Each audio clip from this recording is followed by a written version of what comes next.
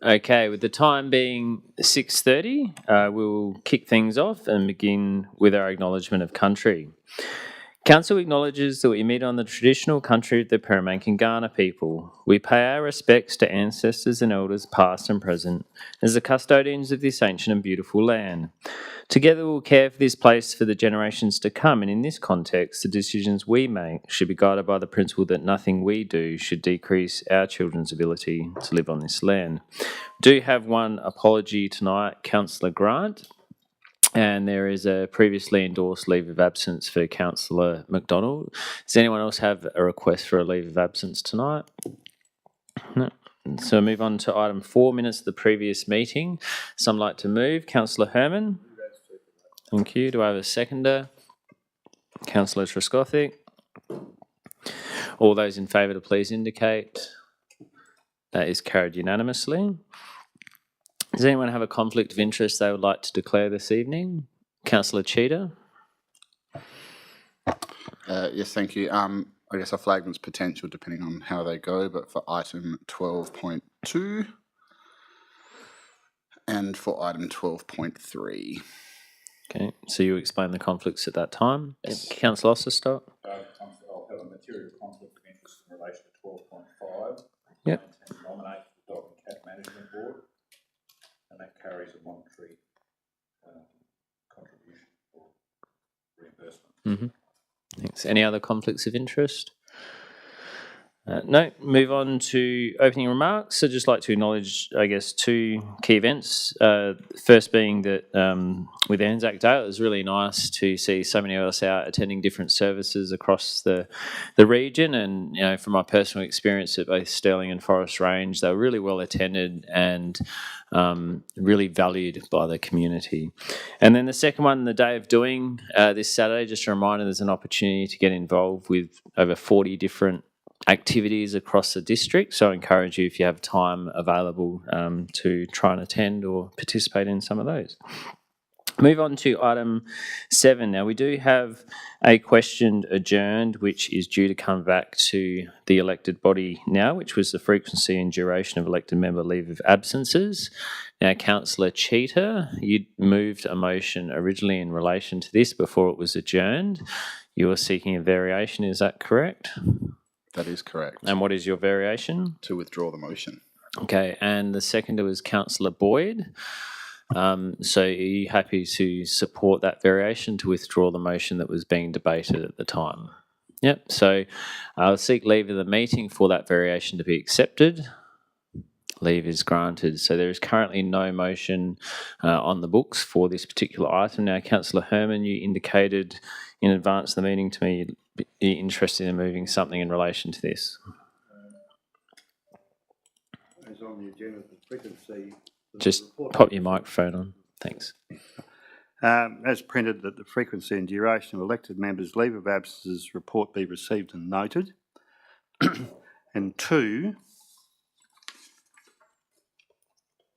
which we'll read, and you've got that the CEO writes to key stakeholders, including the Local Government Association, Southern and Hills Local Government Association, and the Minister for Local Government, seeking advocacy support and opportunities for pursuing legislative amendments to the leave of absence and allowance provisions. You'd like to speak to your motion? Yes. Now, I went through that, and I think we're using a big document which we don't need. I think most of us would agree that the issue about leave of absence stemmed when the previous mayor applied for leave for 6 months and continued to receive her allowance.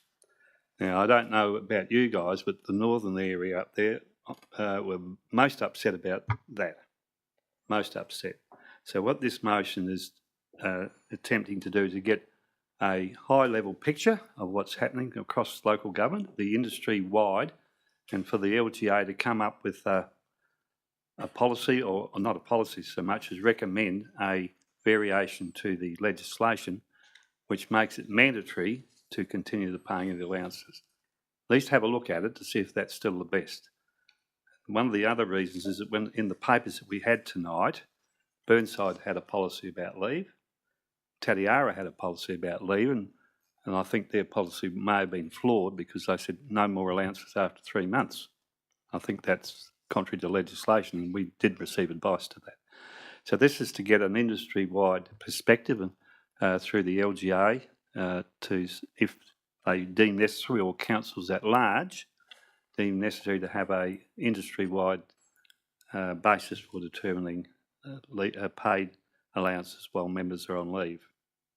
So that's the reason for that to go in. Do we have a seconder? Councillor Cheetah, you'd like to second the motion? Yes. Do you wish to speak to it?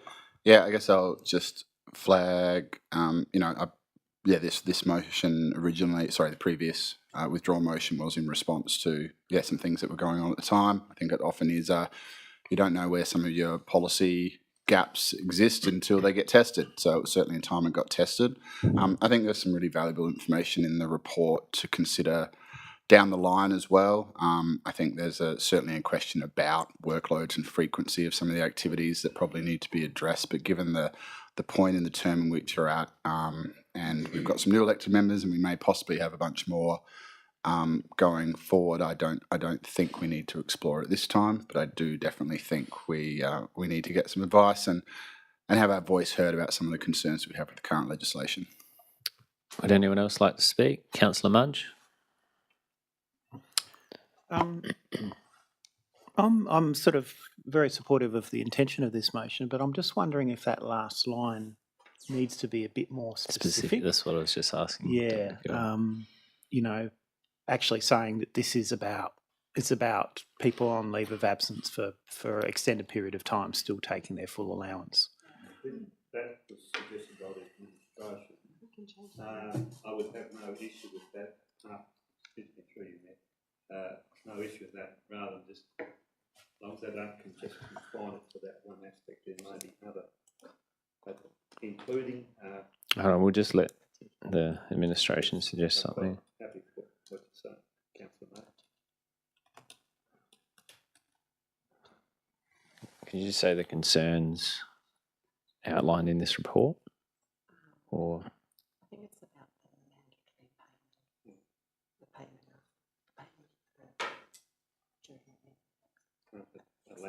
During leave of absence. Yeah.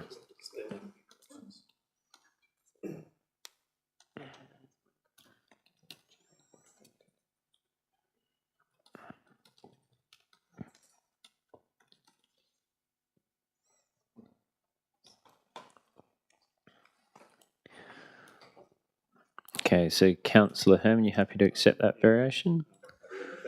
And Councillor Cheetah, you're happy to support it. So I'll seek leave of the meeting to accept that variation. Leave is granted. Now, Councillor Mudge, did you wish to speak to the item? And then I'll come to Councillor Parker.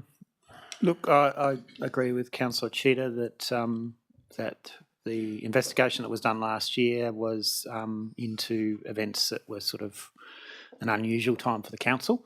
I actually had a look through our attendance at both workshops and council meetings more recently, and we're doing really well now. So I think we sort of went through a period, and it was interesting.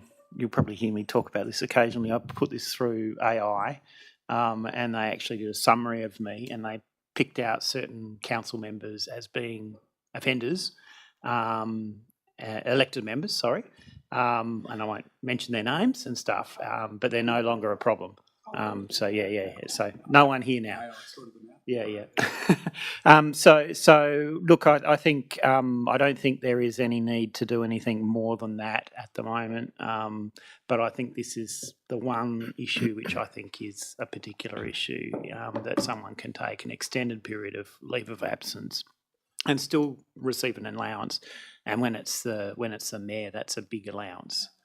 It doesn't I hate using this word, doesn't pass a pub test, basically. So, yeah, so I'm very supportive of this motion. Would anyone else like, Councillor Parkin? Thank you. Yes, I am broadly supportive, but I'm wondering, and if this is making it too complex, please just tell me. If it's worth mentioning exactly what you raised, Leith, that the main issue is that we end up paying, a double mayoral salary, and that there is significant cost to council by having the legislation remain the way it is, or there's a risk of significant cost to council by having. And so I'm wondering if it's worth mentioning that somewhere in the motion, so that the potential seriousness of the current legislation is, from a cost perspective, as well as a governance perspective, is made clear. I think, just Dr. Gill indicated that could be included with the current wording, so we can incorporate, the CEO who will be writing to the relevant people can incorporate that sort of messaging into why we're raising it with them. So I don't think it needs to go into the motion Great, itself. thank you. But I'm supportive. Anyone else like to speak to the motion? Okay, I will just make one point. I do think that whilst I agree that the elected body is operating really well at the moment, and that in some respects this came out of concerns at the time, but I do believe policy shouldn't be developed for a person or a particular time. You never know where things are going to change. I think the best way to deal with that, though, is at the sector level, which is why I think this is a good approach to take. So, Councillor Herman? Yes, I think the support around the chamber, that's not to stop this council from, after November, perhaps revisiting the work that's been done, because, and I thank the staff for going through that. Must have taken a while to extract all those figures. I don't think it's a wasted piece of work. The new council may well resurrect that and use it as evidence to whoever's investigating. So I commend the motion. Okay, with the debate closed, all those in favour to please indicate. That is carried unanimously. We do have one other question adjourned, but that's not due back until June. Have no questions lying on the table, no petitions, deputations, no one wanting to speak in the public forum. No presentations, no questions on notice, no motions on notice. So we come to our first administration item, which is the COPRP Qualified Independent Member Terms of Reference. So there are multiple decisions in relation to this. Would someone, or firstly, Dr. Gill, do you have any new or additional information you'd like to provide the chamber? Okay, would someone like to move something in relation to this, noting that there were two specific decisions? Councillor Osterstock, you happy to move decision 1 as printed? Do you wish to speak to it? Someone like to second? Councillor Mudge, do you wish to speak to it, or are you asking a question? I'll speak to it, but I've also got a question in regards to legal advice. I think I may have asked something similar last time we considered this, but there seemed to be some conflicting legal advice about the role of the qualified independent person. Have we had any additional legal advice that confirms that we're on solid ground with respect to the way that we're going to engage that person and what their role will be? Dr. Gill? Through you, Mayor, we haven't had further legal advice since the last paper. I'm confident that what is being put forward is a defendable position and is compliant with the legislative requirements. And my understanding it's reflective of the position of numerous other councillors at this time. Yeah. Do you wish to speak to the item? Yeah, look, I'm supportive of this, and I was about to make that point, that it is reflective of what a lot of other councils are doing, and I think it's a good use of resources and combination into one sort of role on the committee rather than having two roles or even three roles, really. And I think in the past it has been three roles in the sense that we've had a separate organisation which has done all the performance review stuff, act as a working sort of consultant to the committee, and then we've had an independent person on the committee who's had a different role, and then a qualified independent person who's a separate person again. And so often you find when you combine things together, you get economies of scale and these sorts of things. So I think it's a good direction for us to go, and I support the motion. Thanks, Councillor Mudge. Would anyone else like to speak to the item? So no need for a right of reply, Councillor Stock. I've just got a question. Sure, if you just turn your microphone on, thanks. The previous, I'm just trying to find it, I can't. My understanding was that a previous resolution on this topic, we resolved to invite the former QUIP to Correct. apply for the new position. Yes, that's correct. That's not superseded by this resolution, is it? No, so decision 2 is in relation to the process of actually going about getting a new QUIP, and that would happen at that point in time. No worries, no. Thank you. Okay, with the debate closed, all those in favour to please indicate.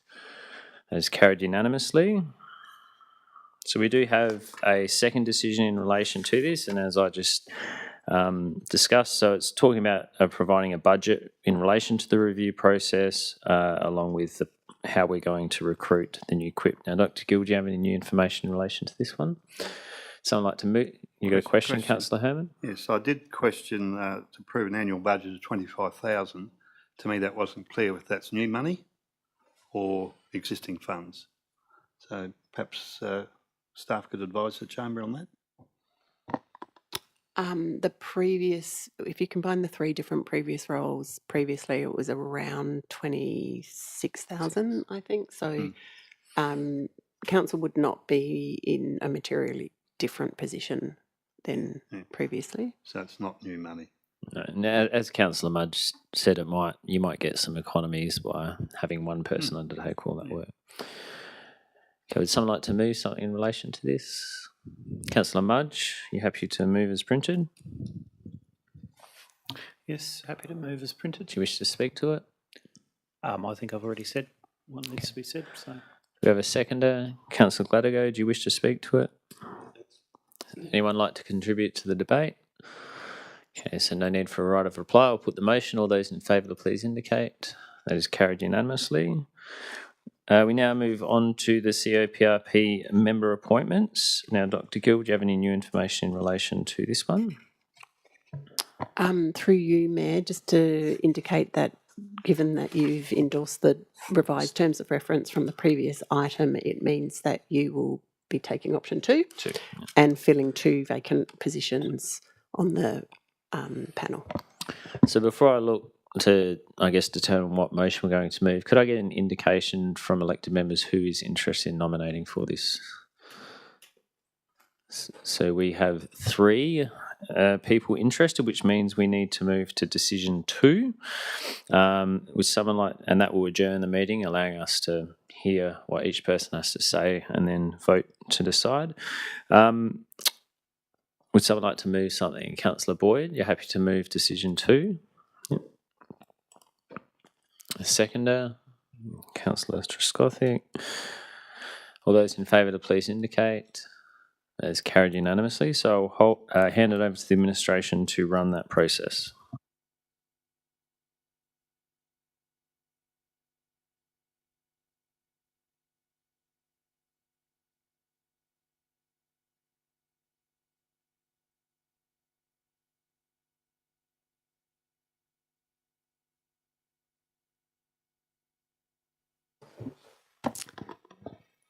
So just confirming the process for everybody, we'll hand out the ballot papers, we'll draw out names, and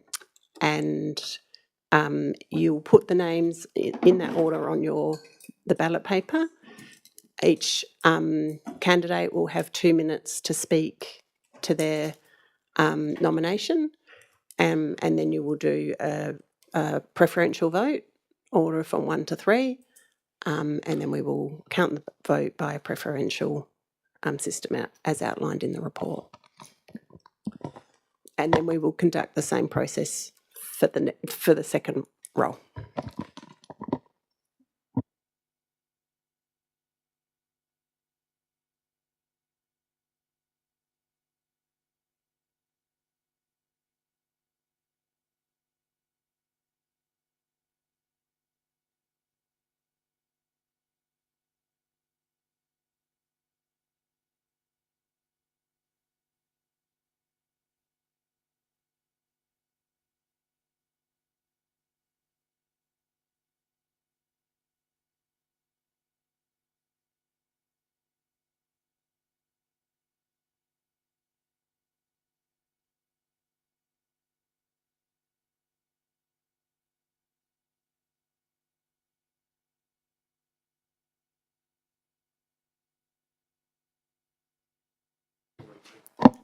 just to clarify, we're running for one position first, and then we're running for the next position. But we only need to fill up one conflict of interest. Yes. Oh, yeah, yeah.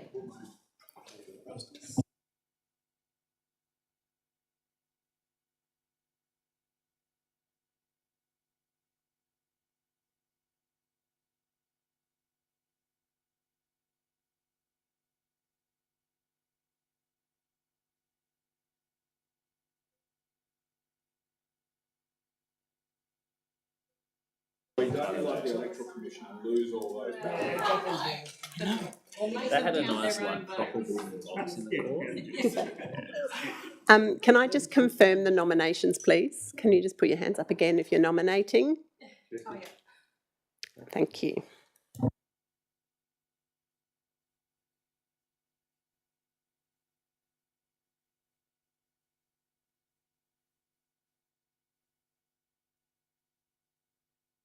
The first person to put on the nomination card is Councillor Kirsty Parkin.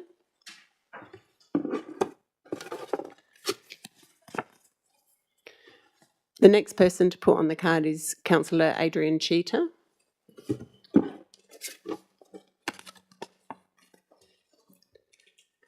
And the next person is Councillor Lisa Claire Wilcock. Thank you. So I'll ask Councillor Parkin to speak for 2 minutes to your nomination. Excuse me, thank you very much. I'd like to put up my hand for the CEO PRP. I have been on the CEO PRP a number of times since first being elected to council in 2018, both under the previous CEO, Andrew Aiken, and also David Waters, interim CEO, and now current CEO, Greg Georgopoulos. I've got a really strong understanding of the history of the CEO PRP and the role and sort of how we got to where we are now, which I think is actually important contextually. And I feel that I can contribute some of that context to new members of the CEO PRP. I've also got a background in recruitment and HR. In my current role, I work with business leaders across the country and now actually in New Zealand as well, talking with them about issues around staffing, which is an experience that directly relates to this, but it can at times inform it. I believe I made a valuable contribution last time. We went through some difficult times, and I believe I contributed in a way that was valuable. I still think I can contribute in a way that's valuable, and I hope you vote for me. Thank you. I now ask Councillor Cheetah to speak for 2 minutes to your nomination. Thanks for the opportunity to nominate. This is I'm looking to return to COPRP. I've had a short break since last time. It was great to see, for example, people like Councillor Gladigo on the panel. I think it was something I contributed really well to. You know, I put a lot of time and effort in preparation, understanding what we were discussing, asking lots of questions, and I felt it was good in terms of supporting the council addressing the CEO performance, but I think I also felt like I supported the CEO through that process well. As we went along, I do, similar to Councillor Parkin, think that there's a value in continuity. It has only been a short period of time since I haven't been a member on the panel, so there's not a huge amount that has probably changed since then, as we see in the minutes that we adopt from that panel. So I think I'll be a good candidate to bring some continuity, continue to deliver diligent contributions to it, and I look for your support.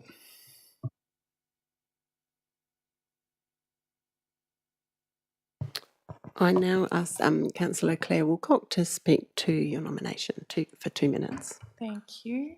I won't need 2 minutes. I have, as you would all know, not been a member of the panel previously.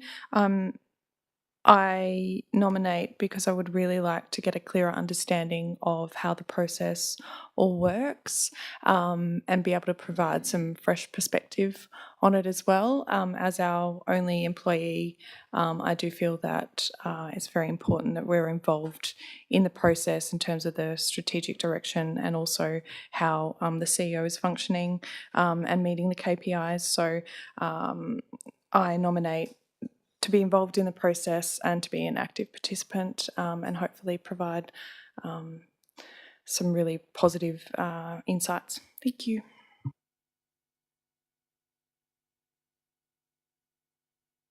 So just a reminder, you're voting for one position and you nominate from 1 to 3 in your order of preference for that position. You can vote now. Yep, and stay.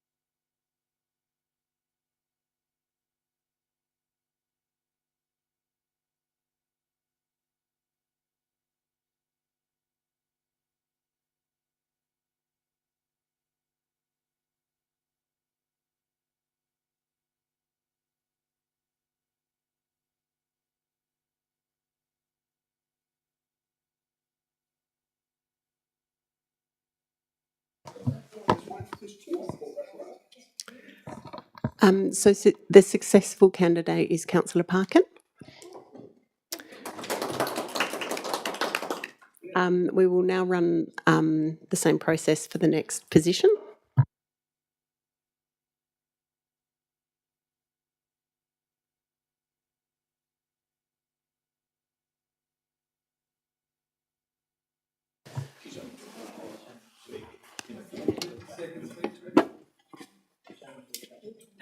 I'm going to skip that step. Oh, yeah.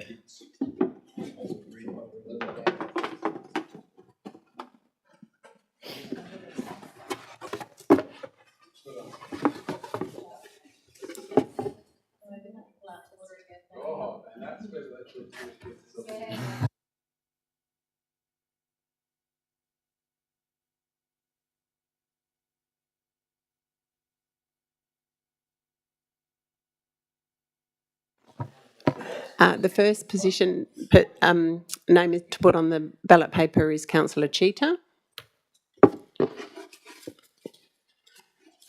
The second name is Councillor Claire Woolcock. Please number them 1 to 2.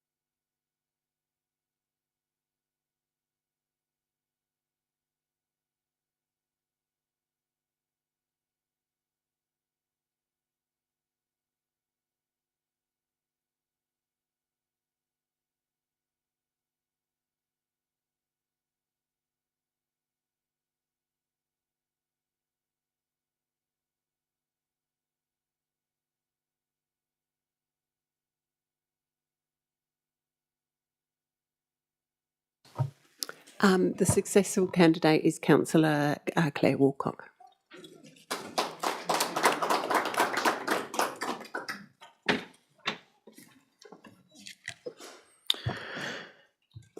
Okay, with those decisions, we are now back in the meeting. And we have decision 3, which we need to endorse. Now, does either of the successful candidates wish to declare a conflict of interest before we move forward? Yes. Okay. It's up to the individual. All right, so if you can just turn your microphone on, state what your conflict is and why, and then we'll move forward from that. Thank you. I would like to declare a general conflict of interest as I am nominating for or being appointed for the position of CEO PRP. I'm not receiving a material payment or anything like that, but there might be a perceived conflict. So I'm going to declare a general conflict. I do believe I can stay in the meeting. Thank you. Councillor Woolcock? Judging From Yes, if I may, Dr. Gill? Historically, we've declared material conflicts of interest for this type of position and left the meeting. The rationale, I guess, reasoning for that is whilst there's not a payment, you could be used as showing, look, I've gained this experience. For example, in an election process, this is my experience and what I've done. Yeah. Okay.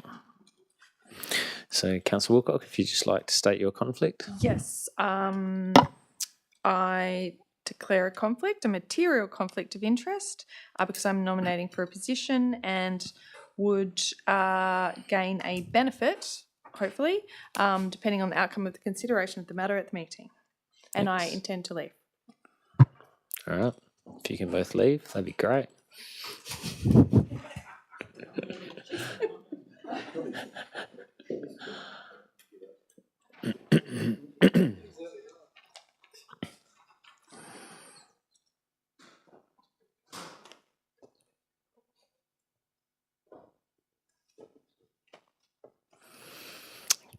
Okay, would someone like to move something in relation to this item? Councillor Gladigo? Yes, I would like to move, what's it now? I thought it was decision 3, but it's now point 1 up there, to appoint Councillor Park and Claire Woolcock as members of the PRP. Thanks. And it will be good to have them on board. Excellent. Do I have a seconder? Councillor Osterstock, do you wish to speak? Okay, if no one wishes to contribute to the debate, I'll just put the vote. All those in favour to indicate. That is carried unanimously. If we could get our successful candidates back in the room. You can come back now. Sorry. I think it worked. They're coming. Yeah, it's really quite good.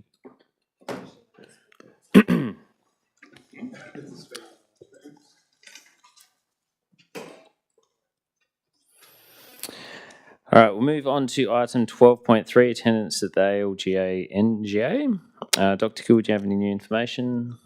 Now, I had an indication that Councillor Cheetah was interested in nominating and would declare a conflict. Just before we decide on which pathway to go down, is anyone else interested in nominating for the role? Okay, Councillor Cheetah, anything you'd like to declare? Yes, I would like to declare a material conflict of interest. And could you state what that conflict is? So I And may receive a benefit or loss in my attendance to the ALGA NGA. And so it's material and you intend on leaving? Excellent. If you'd like to.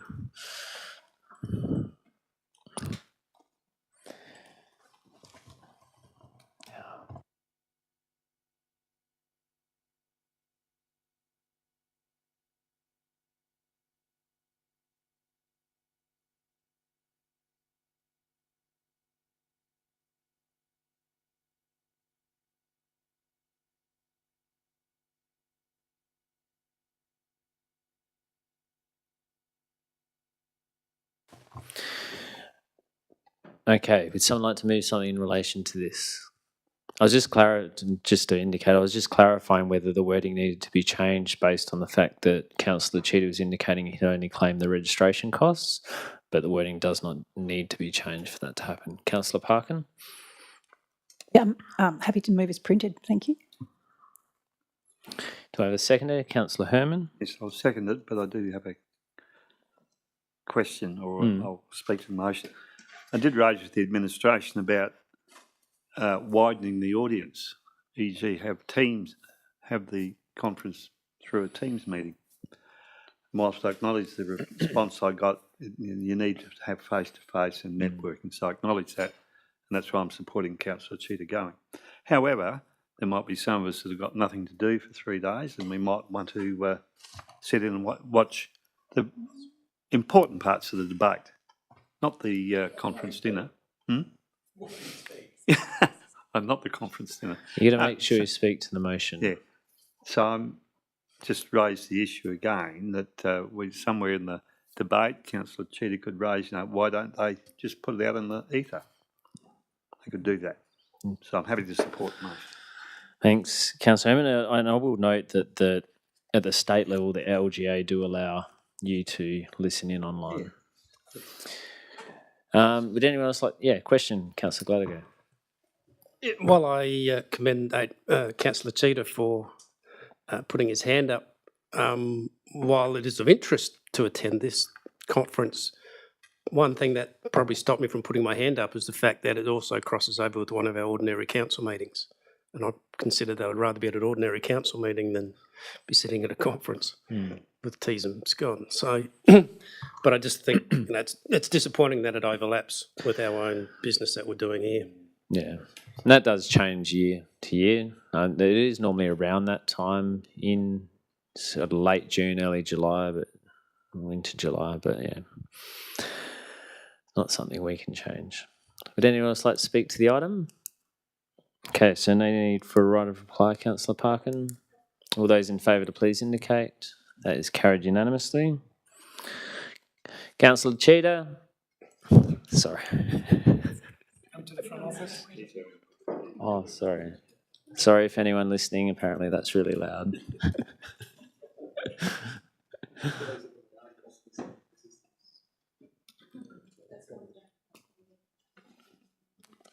Okay, so we'll move on to item 12.4, Council Resolution Status Update. Some like to move something in relation to this? Anyone? Councillor Osterstock, would you like to move as printed? I have a seconder. Councillor Mudge. Any debate? I'll put the motion then. All those in favour to please indicate. That is carried unanimously.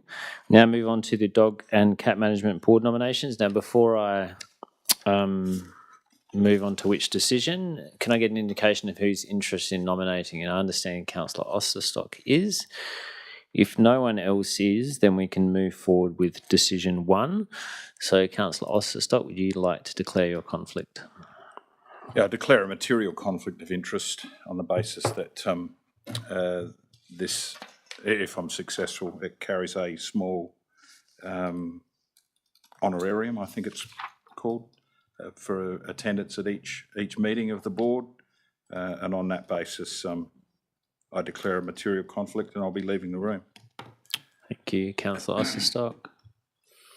Councillor Parkin? I actually think I need to declare a general conflict of Yeah, interest. you have in the past, actually. Yes, I have, because my father is the chair of the Dog and Cat Management Board. Well, he's an exiting chair because he's 80. It really is about time he was an exiting chair. But it doesn't affect me at all or anything. So it's a perception, but I'm happy to stay in the room and vote. Thanks, Councillor Parkin. Okay, with Councillor Stock having left the room, would someone like to move something in relation to this item? Councillor Mudge, what would you like to move? I think it's already been slotted in. Yep. Councillor Osterstock's name and as printed. If we can just remove the S. Perfect. Thank you.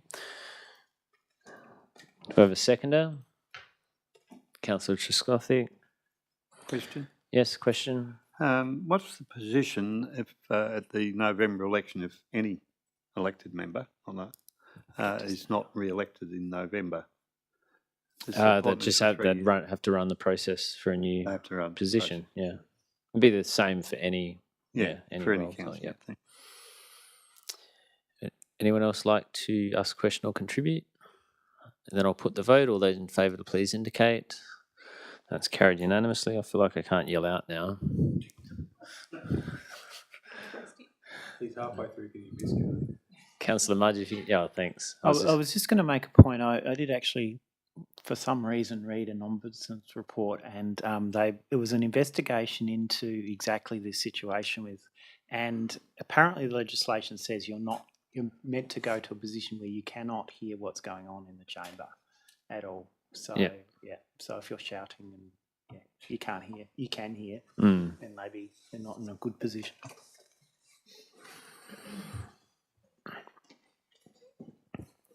Okay, so we've finished with our decision items. We'll move on to administration reports, there being one, which is the key performance indicators from the CEO, which went to the panel recently. Someone like to move something in relation to this? Councillor Gladigo, do you wish to speak to the item?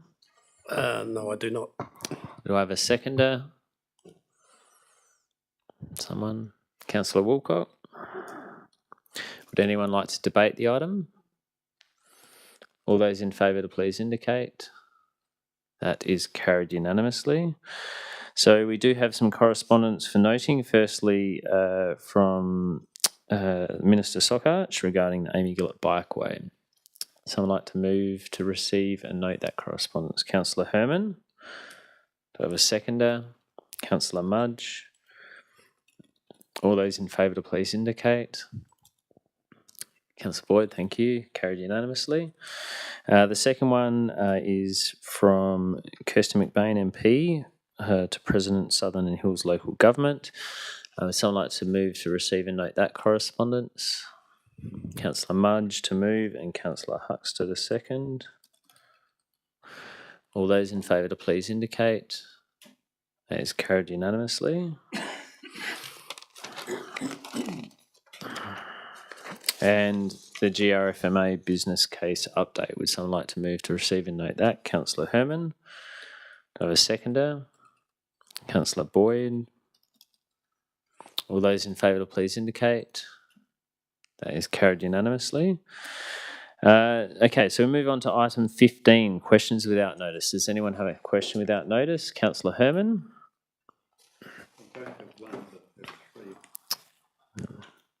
Far away. If you can turn your microphone on, please. We'll just do one at a time. Yeah. First of all, any update on the Amy Gillett, the funding of Amy Gillett? Are you referring to stage 5, the extension? Stage 5 extension. No, there's. It was not an election promise. The only fund available to us at this time is the State Bicycle Fund, which is a maximum of 200,000, so not appropriate to use for stage 5, but we have submitted an application for the gap at Station Road, and that went in yesterday, and that's it. Thank you. The second one is... Sorry, just before we move on, with that grant program, when will we find out? Applications closed yesterday, so I'd give it a month or so. Okay, so not too long. Not too long. No, thanks. Councillor Herman? Second question is about the progress on the investigation into the accident-prone Warren, Lucky Hit and Martin Hill roads. Just the reason I'm asking that one, the local MP, Ashton Hearn, was there yesterday with, she's on Facebook having a few words to say about it, and she is going to take the matter at a state level, take it up with whoever she takes it up with. So... we contacted DIT today. There is no further update. No further update.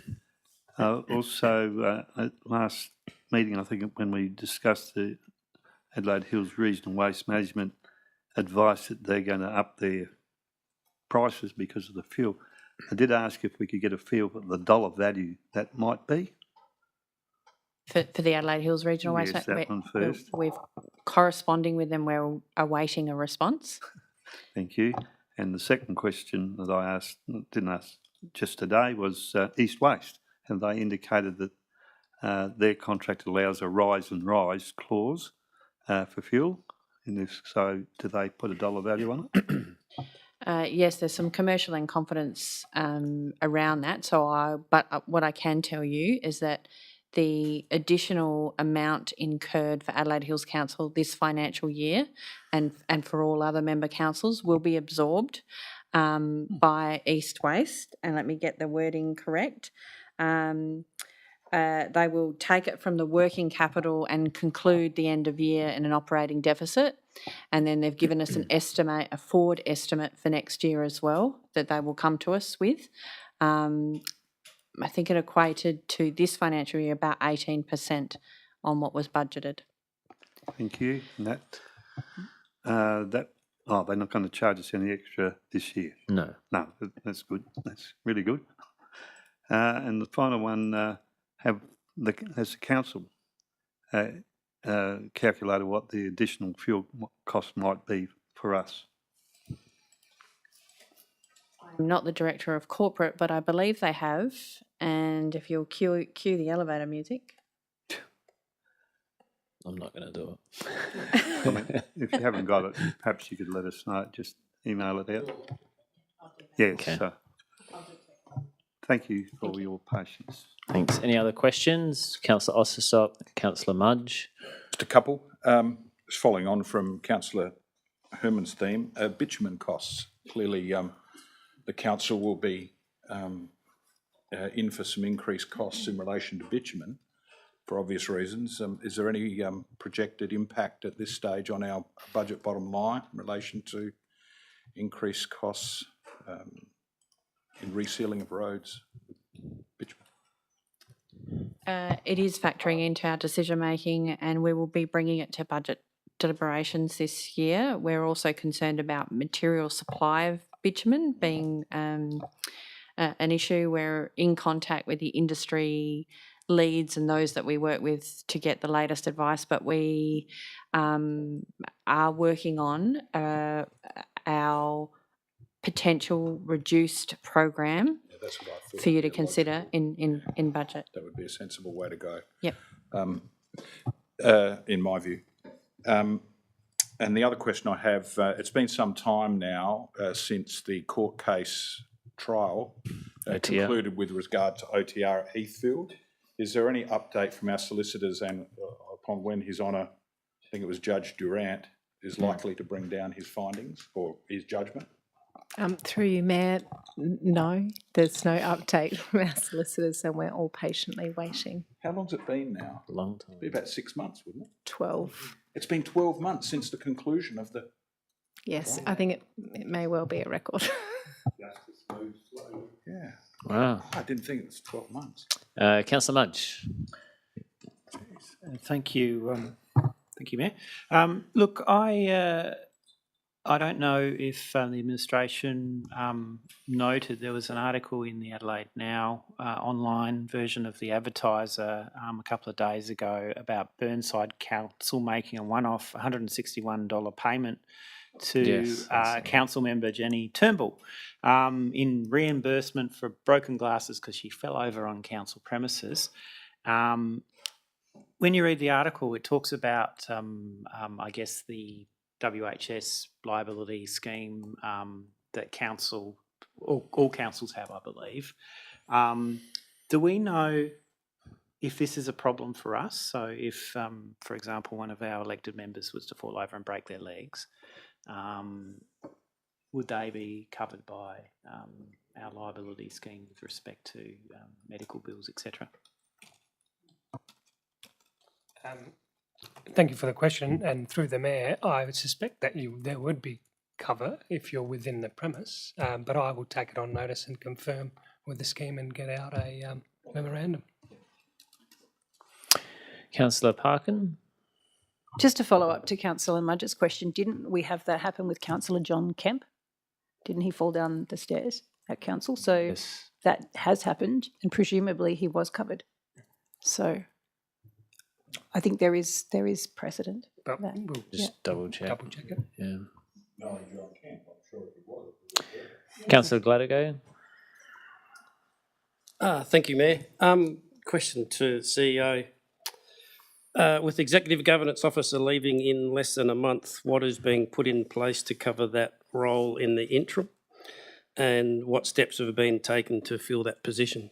Sure. Thank you for the question, and through you, Mayor, we're putting an arrangement whenever the Executive Governance Officer, say, goes on leave, which is getting Sky to assume some of those roles, but also augmenting that role with outside help. And so that's what we're doing in the interim. Where we're heading at the moment, we are looking at advertising the position in 2 weeks' time, within 2 weeks' time, to seek a suitable replacement.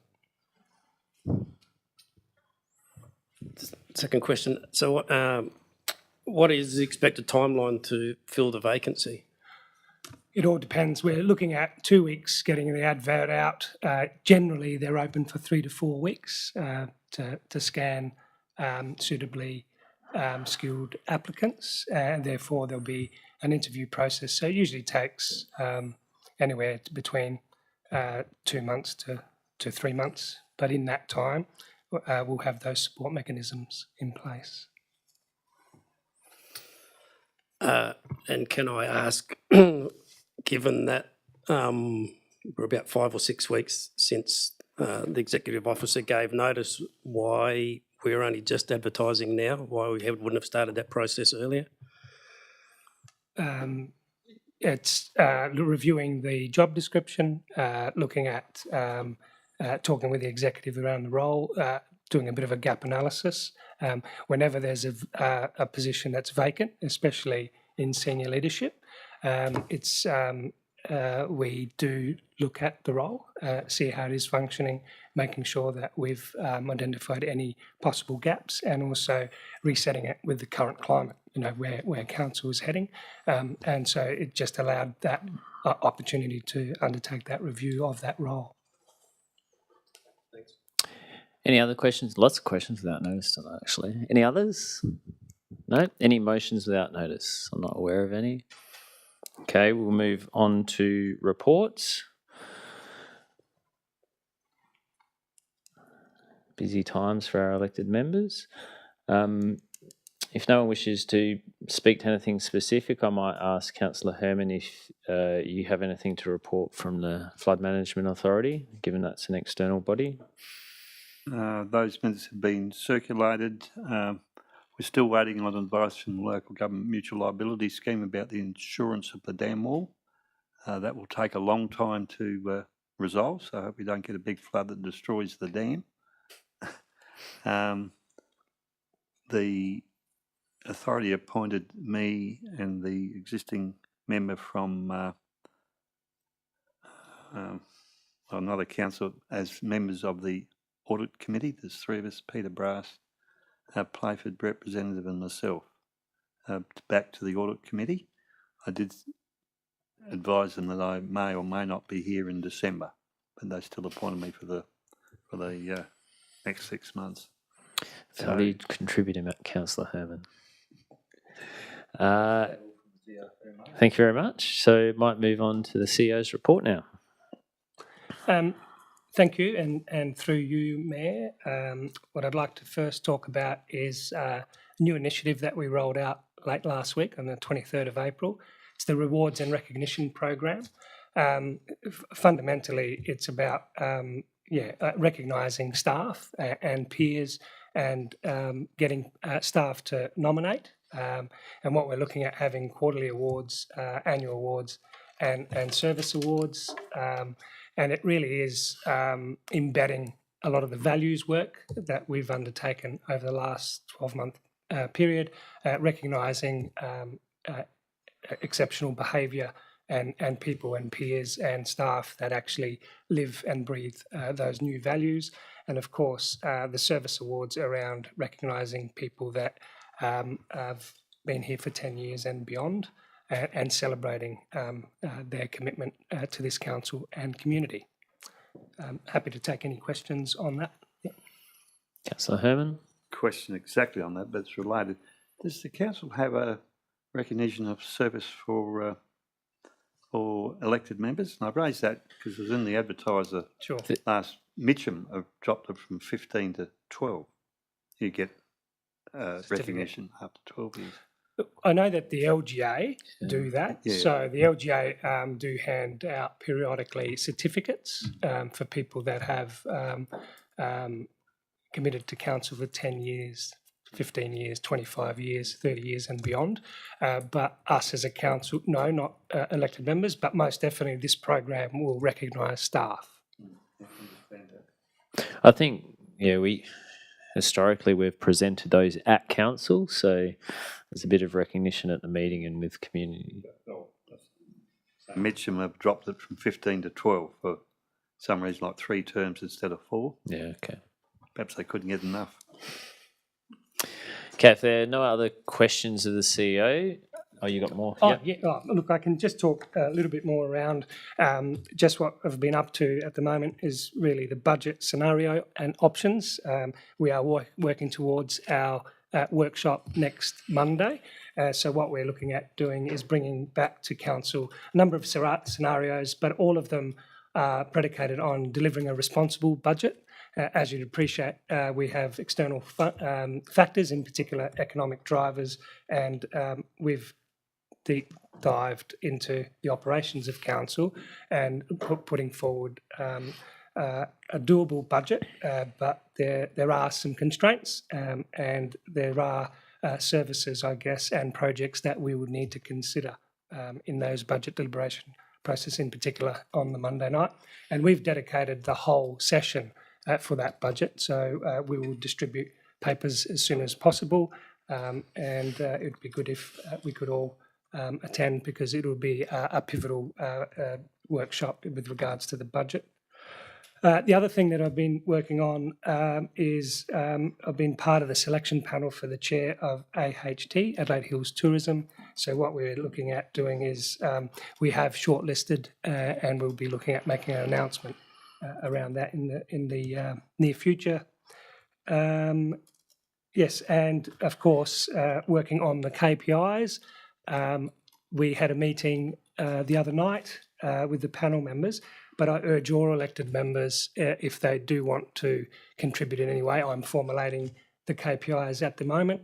By all means, if you feel that something needs to be included, I'd welcome your input through that process as well. Thank you. Councillor Herman. Regarding the budget, I did mention to the director that in the papers, those groups, people, etc., who've come to council as a deputation, made representations for their projects, if they're not included in the dollar value, that they be mentioned in the budget papers, at least be mentioned, as the Houghton Hub, the Onkaparinga Football Club, the Woodside Cricket Club, I think the Lenswood Community Association, or whatever it's called, that made a submission. That was over a year ago.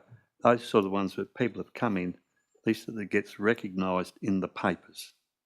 There may be more than the ones I've just rattled off where they've made the effort, come in, made a presentation, at least it's just not disappears. Your CEO's nodding his head. Okay. Any other questions? Okay, we'll move on to reports of committees. We did have a CAP meeting on the 8th of April. Councillor Mudge, you wish to move that? Do I have a seconder? Councillor Huxter. All those in favour to indicate. That is carried unanimously. The Audit and Risk Committee minutes. Councillor Herman, you wish to move? And in moving that, the new presiding member has now produced a written report, the abridged version of the conduct of the meeting, which is the last page, which is a very good innovation. So if you don't want to read the minutes, read the summary at the end. Do I have a seconder? Councillor Gladigo. All those in favour, please indicate. That's carried unanimously. Now move on to the exact report that Councillor Herman was talking about. So that's just to receive and note that summary report. Someone wish to move something in relation? Councillor Herman and Councillor Boyd to second. All those in favour, please indicate. That is carried unanimously. And we had the CEO PRP, which is on the 22nd. Some like to move to receive and note that. Councillor Gladigo. Seconder. Councillor Parkin. All those in favour to please indicate. That is carried unanimously.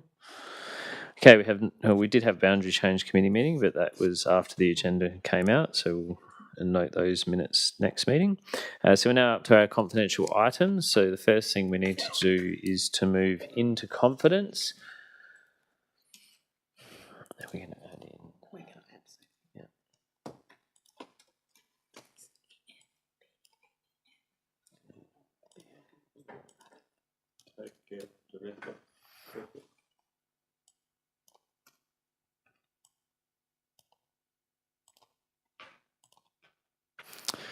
Okay, so would someone like to move into confidence? Councillor Huxter. And seconder, Councillor Parkin. All those in favour to please indicate. That is carried unanimously, so we're now in confidence.